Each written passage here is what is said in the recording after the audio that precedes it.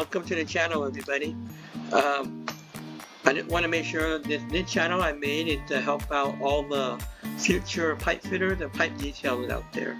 I want to make a community, so not only am I helping you out, but we're also hearing and getting feedback from all the veteran pipe fitters out there. So please feel free to comment and leave suggestions if you want me to cover more information. Hope you have any questions about what I went over.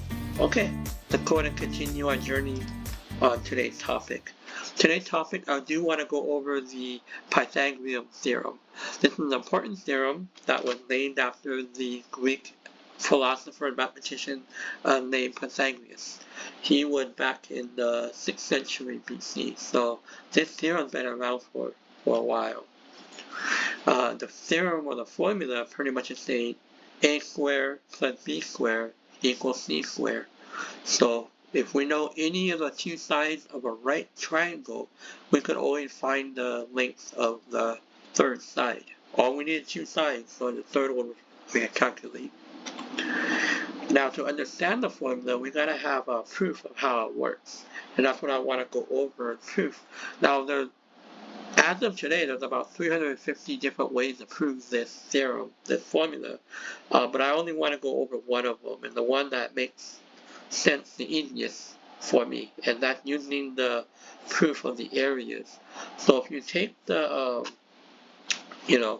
square here, a square, this is the b square, b times b square, this is what I call the c square, so c times c. So these are the three areas. So say this area plus that area equals this area. The area of a triangle is pretty much half of a rectangle, so it's a times b divided by 2. Now how do we prove that this area plus that area equals that area? And the easiest way to do it is to get this triangle. Now I want to draw the same triangle around the c square. So this is the second triangle just rotated, a third triangle just rotated, and the fourth triangle rotated. These are 4 identical triangles, the same dimension, rotated around the c square. And if you notice, it creates a bigger square, which is a plus b, that's one side, times a plus b on the other side, so it's a plus b squared. So to clean it up a bit,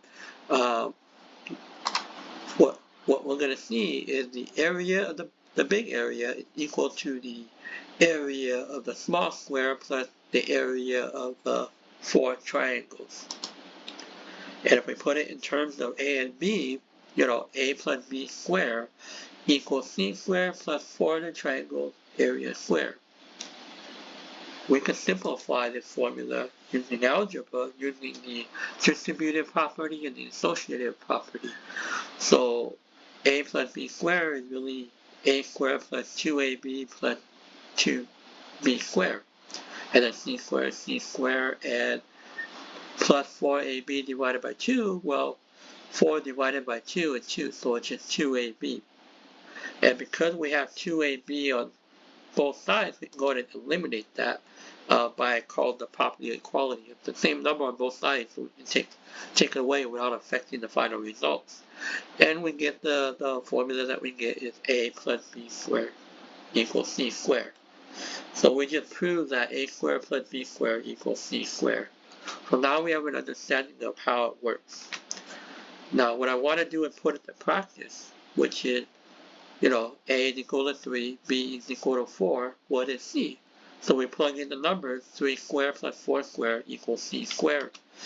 So 3 squared is 9, 4 squared is 16. You add up 9 and 16 together, you get 25 c squared. You take the square root of c, and you get 5. Now the surveyors like to use this out in the field. They like to go 3 feet to the north, 4 feet to the east, collect the 2 lines. The 2 lines, if you take the measurement between it, it should be 5 foot. If you're not at 5 foot, then you know your lines are not perpendicular. It's not at a 90 degree. So you readjust your measurements. And this gives you a true 90 degrees, so 3, 4, and 5 ratio.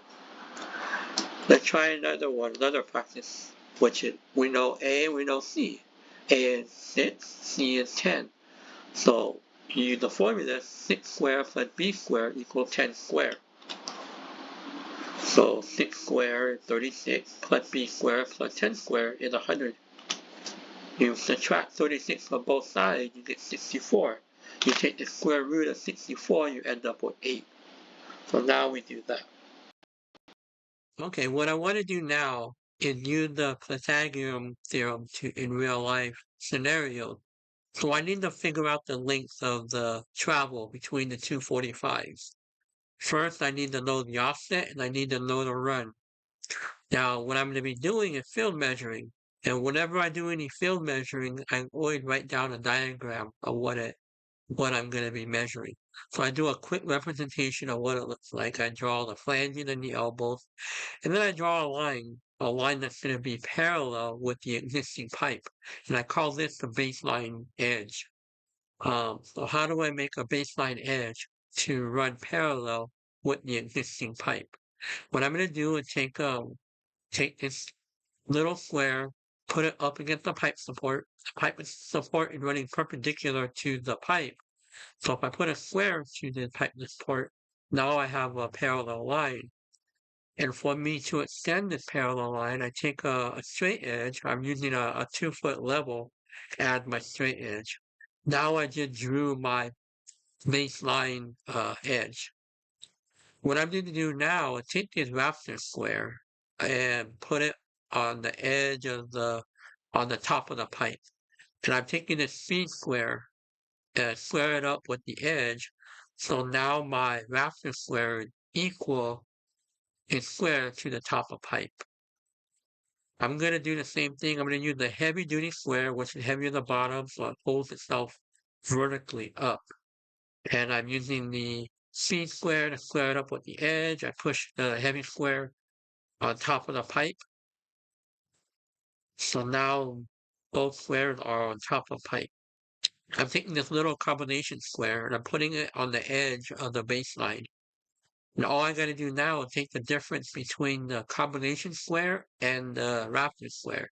And I'm seeing 2 inches from the baseline to the top of pipe. So what I got to do right away, go ahead and record it on the diagram that I made below. 2 inches, top of pipe. All right. I'm going to do the same thing on the lower side, which I'm going to go ahead and put in combination square, square it up with the C square, which is square with the edge.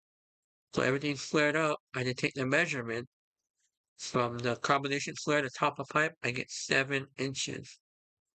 I get exactly 7 inches. So I'm going to go ahead and make my dimension lines, my vertical, my horizontal line, and let me go ahead and record the 7 inches top of pipe before I forget. And the difference now is 5 inches. Since they're both top of pipe, the offset is 5 inches from is what I'm getting, 5 inches. Now what I'm going to do is verify these angles of the elbows. So I line up the protractor with the top of pipe with the travel of the pipe. And I see that it's at a 45 degree. I do the same thing on the other elbow on top. It runs along the top of pipe, and again, I can verify at 45 degrees. But that being said, I know that both these elbows are 45 degrees. And when you have a 45 degree elbow, that means both sides are equal to each other. So the offset is equal to the run. So it's both 5 inches.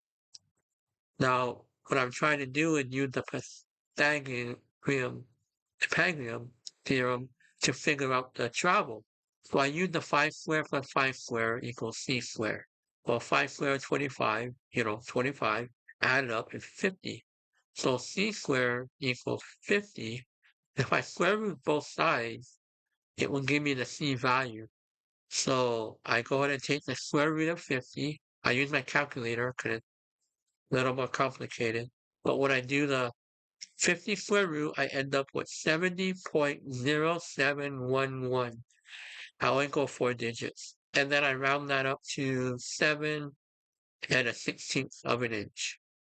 And now I have my travel at 7 1/16 inch. So I was able to figure that out using the Pythagorean theorem. I'm going to go ahead and verify this dimension just for the heck of it. I'm taking my scaler. Hard to see because it's not in focus, but if I put it to the center line of the 45 to the center line of the other 45, I can verify that it's 7 1/16. So that's my answer using the Pythagorean theorem. So thank you for your time watching this video.